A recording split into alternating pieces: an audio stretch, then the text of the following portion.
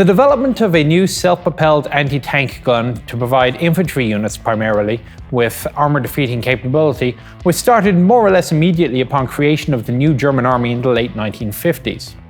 The requirement was for a 90mm gun, and well, perhaps reasonably enough, the German designers simply decided to take up where they had left off a decade before.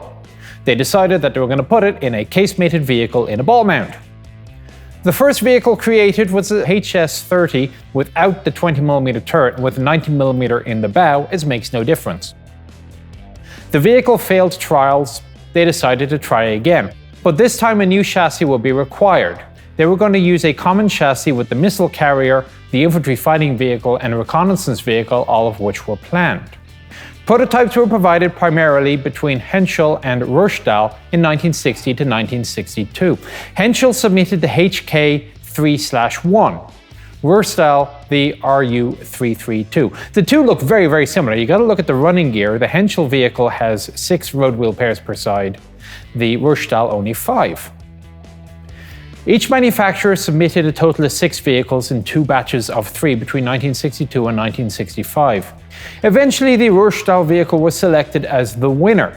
At this point, the company had been bought out. It was now part of Rheinstahl Hanomag. The vehicle became known as a Kanonenjagdpanzer, and there was one export customer, Belgium, where they knew it as the JPK-90. I'm in front of the Kanonenjagdpanzer here in the Panzer Museum in Munster, and I'll go over the differences between the two vehicles as we tour the vehicle. So, let the tour commence.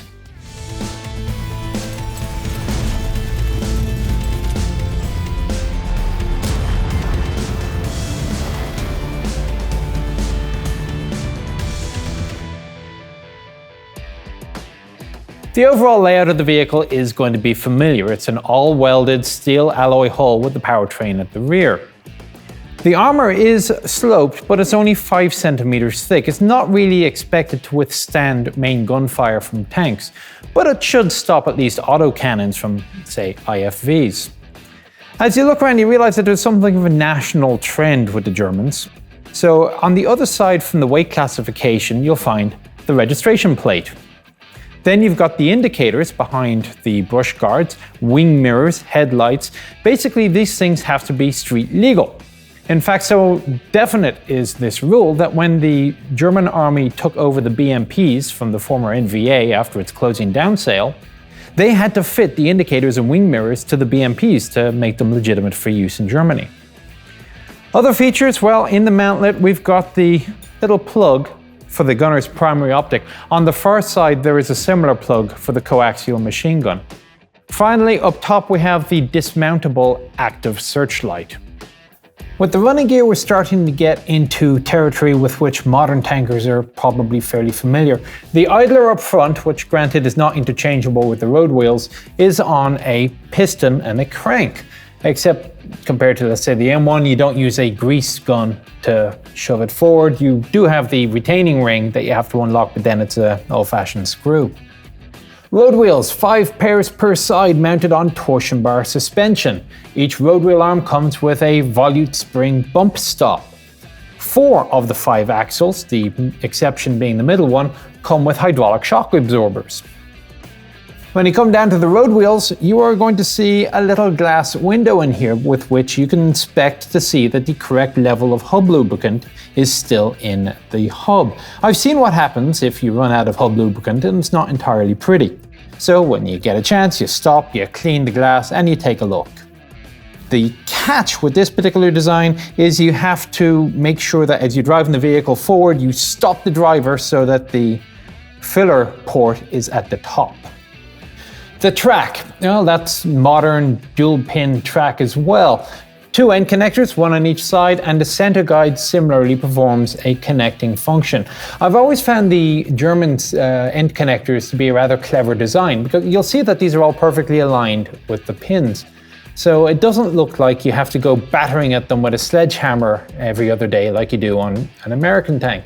And as near as I can tell, the reason comes in the design of the pin ends and the wedge bolt. It seems to be a bit of a divot carved out so that unless the wedge bolt comes all the way out, the end connector will not slide off.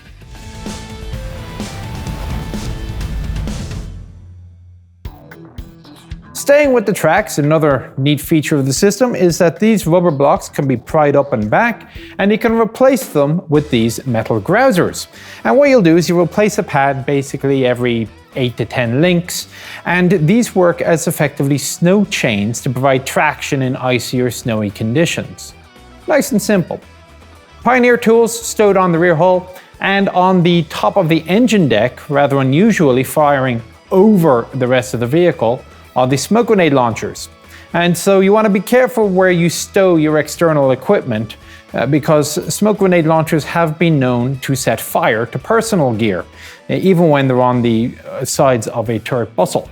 So be careful with that one because the chances are you will pop smoke on the first day of your field exercise, your personal gear will catch fire, and you have nothing to sleep in for the next week. The rear of the vehicle is busy enough with ample storage for lots of things, including obviously 2 jerry cans, toolkits, so you can put your personal kit on here as well. This is the stowage box for the dismountable Searchlight at the front. Now, Belgian vehicles didn't use the Searchlight. Instead, you'll see 2 Lyra illumination flare launchers on the back deck. Come further down, your standard German type towing mount. The convoy light is at the bottom. A little bit of room for your spare track links, and of course an indicator and brake light on the left. Now remember I said this was developed primarily to work with the infantry units. So sure enough, even though it's not a tank, an infantry telephone is located in the back.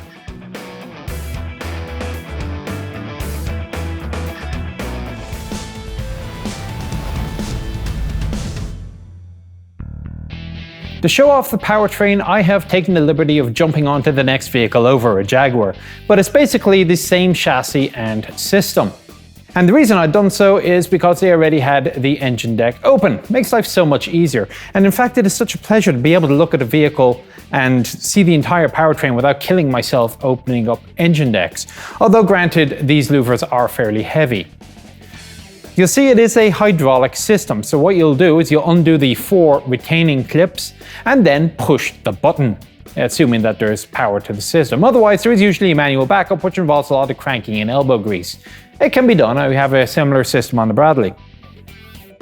With the deck open, we get to see the entire layout. So as you can see, the way the system works, air comes in through the air vent at the front of the engine deck, comes along this duct, down into the engine bay, goes forward into the air filter. It's quickly changeable out. You can see that there are 3 ratchet straps. You unclip them and you can pull it out and clean it and exchange it, whatever. Air continues forward and then back into the large 8-cylinder engine. It is the Daimler-Benz M837, water-cooled and supposedly multi-fuel, although basically it's a diesel. Power then goes aft to the transmission. Now that big hole you see there is simply apparently an expansion port because it plugs into this here, which simply rests in place by gravity. So if there's a lot of pressure, it pops up, air escapes or gas escapes. Cooling system is on the right-hand side, radiator to the rear and the fan to the front. No surprises there. The transmission is by Renk. And unless you had the Belgian system, in which case not only was the transmission by Renk, so was the final drives. In fact, they took the transmission, final drives, suspension units, and tracks from the Marder IFV. They also added 2 hydraulic clutches to allow the vehicle to make high-speed, rapid turns. The fuel system, 2 ports at the back. The tanks are down underneath. You can see the pipes going to them. 470 liters will get the vehicle approximately 400 kilometers on the road. Max speed, 70 kilometers an hour.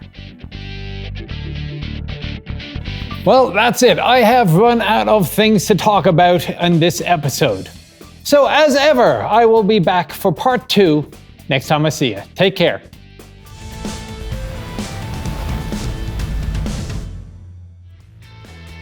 That's it for the outside. Now we go in.